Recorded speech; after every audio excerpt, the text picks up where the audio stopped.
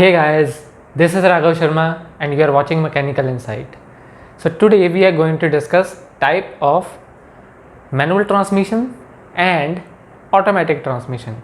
So without any further ado, let's get started.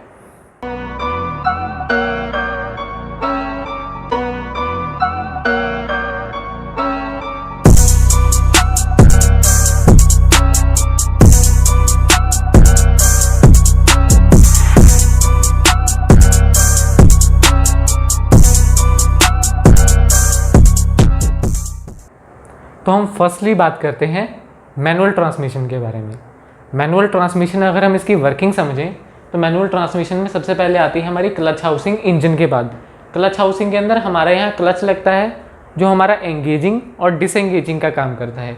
उसके बाद हमारे आता है सिंक्रोनाइज़र और काउंटर शाफ्ट का मैकेनिज़्म। अब ये पैरेलली काम करते हैं। इसके अंदर क्या होता है, 5 गियर्स इधर होते हैं छोटे से बड़े के ऑर्डर में और 5 गियर यहाँ पे होते हैं बड़े से छोटे के ऑर्डर में। तो ये कंबाइन होके काउंटर शाफ्ट के साथ first gear, second gear, third gear, fourth gear, fifth gear बनाते हैं और यहाँ पे आउटपुट शाफ्ट में हमें आउटपुट मिलती है। अब अगर हम इसको समझें ना, तो अगर हम इसको आगे करें तो जैसे हमारे 5 गियर्स होते हैं, फर्स्ट गियर डालना है, सेकेंड गियर डालना है, थर्ड गियर डालना है, ये भी हमें खुद करना पड़ता है मैनुअल में। साथ में क्लच खुद संभालना पड़ता है, एक्सेलेरेटर खुद संभालना पड़ता है, ब्रेक खुद संभालनी पड़ती है। और अब हम इसकी अगर रेंज की बात करें तो 3.69 लाख के आसपास ये स्टार्ट हो जाते हैं मैनुअल ट्रांसमिशंस जो नई गाड़ियाँ हैं। और इसके अंदर आप एग्जांपल ले सकते हो, ऑल्टो है, वैगनार है, स्विफ्ट है, ये सारी मैनुअल ट्रांसमिशंस में अवेलेबल होती हैं। एस्प्रेसो है, ये सारी मैनुअल के अंदर अवेलेबल है। अब हम मैनुअल के बाद बात करते हैं सेमी ऑटोमेटिक के बारे में। सेमी ऑटोमेटिक में हमारे पास 2 तरह के गियर बॉक्स होते हैं। फर्स्ट होता है IMT, इंटेलिजेंट मैनुअल ट्रांसमिशन, और सेकंड होता है AMT, जिसके बारे में हम अभी थोड़ी देर बाद बात करेंगे। IMT के अंदर क्या होता है, हमारी जो इंजन की हाउसिंग होती है, मतलब जो पूरा इंजन का सिस्टम होता है, इंजन के बाद वाला ट्रांसमिशन सिस्टम, वो एज इट इज़ होता है जैसा हमारा मैनुअल का होता है। बट इसके अंदर डिफरेंस क्या होता है, यहाँ पे एक ये सेंसर लगा होता है। ये सेंसर सिस्टम क्या करता है, आपके क्लच को अपने आप ऑपरेट करता है। आपको उसमें क्लच पैडल नहीं मिलता IMT के अंदर। मैं आपको दिखाता हूँ। अगर मैं यहाँ पे इसको शिफ्ट करूँ तो IMT के अंदर क्या होगा, आपके पास गियर्स जो हैं first, second, third, fourth, fifth और रिवर्स एज इट इज़ होंगे। बस आपके पास वहाँ पे क्लच पैडल नहीं होगा। आपको क्लच दबाने की ज़रूरत नहीं है। आप डायरेक्ट फर्स्ट डालो, आप डायरेक्ट सेकंड डालो, कोई क्लच के झंझट की ज़रूरत नहीं है। अब IMT जो है वो एक्चुअली में सिर्फ Hyundai और किया वालों ने इंट्रोड्यूस किया है। तो इसीलिए जो Hyundai की कार्स है, जैसे वेन्यू है, किया की कार्स है, सोनेट है, ये सिर्फ इन्हीं के अंदर अवेलेबल है और इसकी प्राइस रेंज 8 लाख 9 लाख के आसपास पहुंच जाती है, पर काफ़ी एफिशिएंट है ये। अब हम बात करते हैं AMT के बारे में। AMT मतलब ऑटोमेटेड मैनुअल ट्रांसमिशन। ये भी IMT की तरह एक मॉडिफिकेशन है मैनुअल ट्रांसमिशन में। अब इसके अंदर क्या होगा, आपका मैनुअल ट्रांसमिशन का जो गियर बॉक्स है वो एज इट इज़ रहेगा।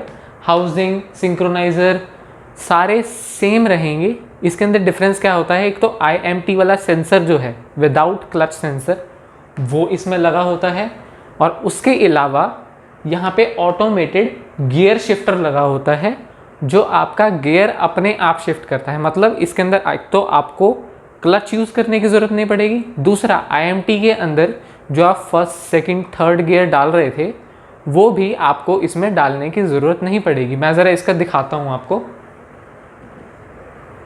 इसके अंदर जैसे यहाँ पे दिख रहे हैं, अब इसके अंदर हम क्या करेंगे, इसको आगे की साइड जब इसको पुश कर देंगे तो ये ऑटोमेटिक के अंदर चले जाएगी। ऑटोमेटिक के अंदर क्या करेंगे, हम रेस देंगे फर्स्ट गियर में, जैसे ही हल्की सी रेस छोड़ेंगे सेकंड डल जाएगा, रेस देंगे हल्की सी रेस छोड़ेंगे थर्ड डल जाएगा। हम इसके अंदर ये भी ऑप्शन है कि अगर हम इसको यहाँ पे मैनुअल में लाके उधर की साइड शिफ्ट कर देते हैं तो जब इसको हम प्लस प्लस प्लस करेंगे तो ये first, second, third, fourth, fifth अपने आप डालेगा, और माइनस के बाद जब इसको रिवर्स करना है तो आगे करके इधर की साइड इसमें रिवर्स डल जाता है। ये काफ़ी एफिशिएंट है और ये IMT से आपको सस्ता मिल जाएगा। इसकी रेंज 5.5 लाख के आसपास, मतलब 5.5 लाख के आसपास स्टार्ट हो जाती है।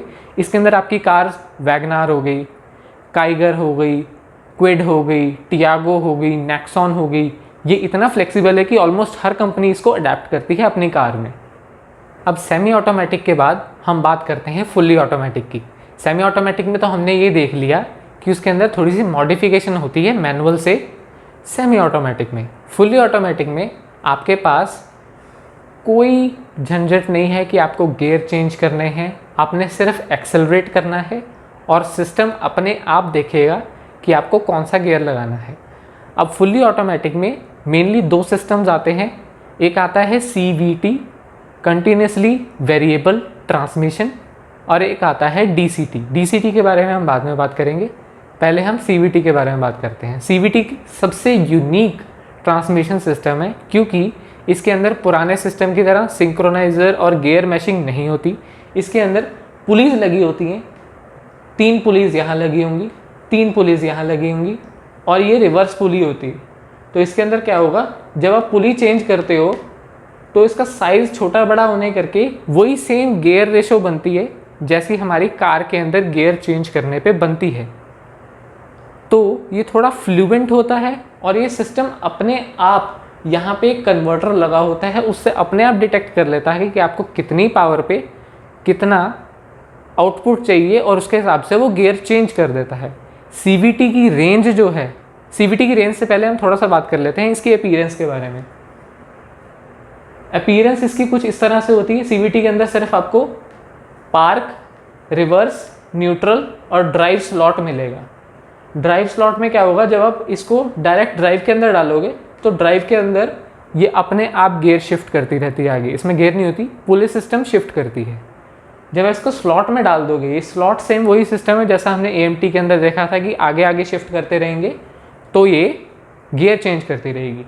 जैसे ही हम यहाँ से ड्राइव से आगे आए तो ये न्यूट्रल पॉइंट आ जाता है इसका, न्यूट्रल के बाद रिवर्स होता है, रिवर्स के बाद पार्किंग होती है इसकी, ये होती है CVT। अब इसकी अगर हम रेंज देखें तो ये 6.5 लाख 7 लाख के आसपास शुरू हो जाती है और ये बहुत वेरिएबल कार्स में मिलता है, जैसे आपकी होंडा अमेज हो गई, होंडा सिटी हो गई, ऐसी i20 हो गई, ऐसी कार्स के अंदर आपको CVT देखने को मिल जाएगा। CVT के अंदर एक थोड़ा सा ड्रॉबैक ये होता है कि CVT में जैसे अगर आप अप हिल जा रहे हो या डाउन हिल जा रहे हो तो सिस्टम को पता नहीं चलता कि ज़्यादा लोड उठाना पड़ रहा है और डाउन हिल जाते हुए वो उसी ज़्यादा लोड वाली कंडीशन पे कार को चलाती है।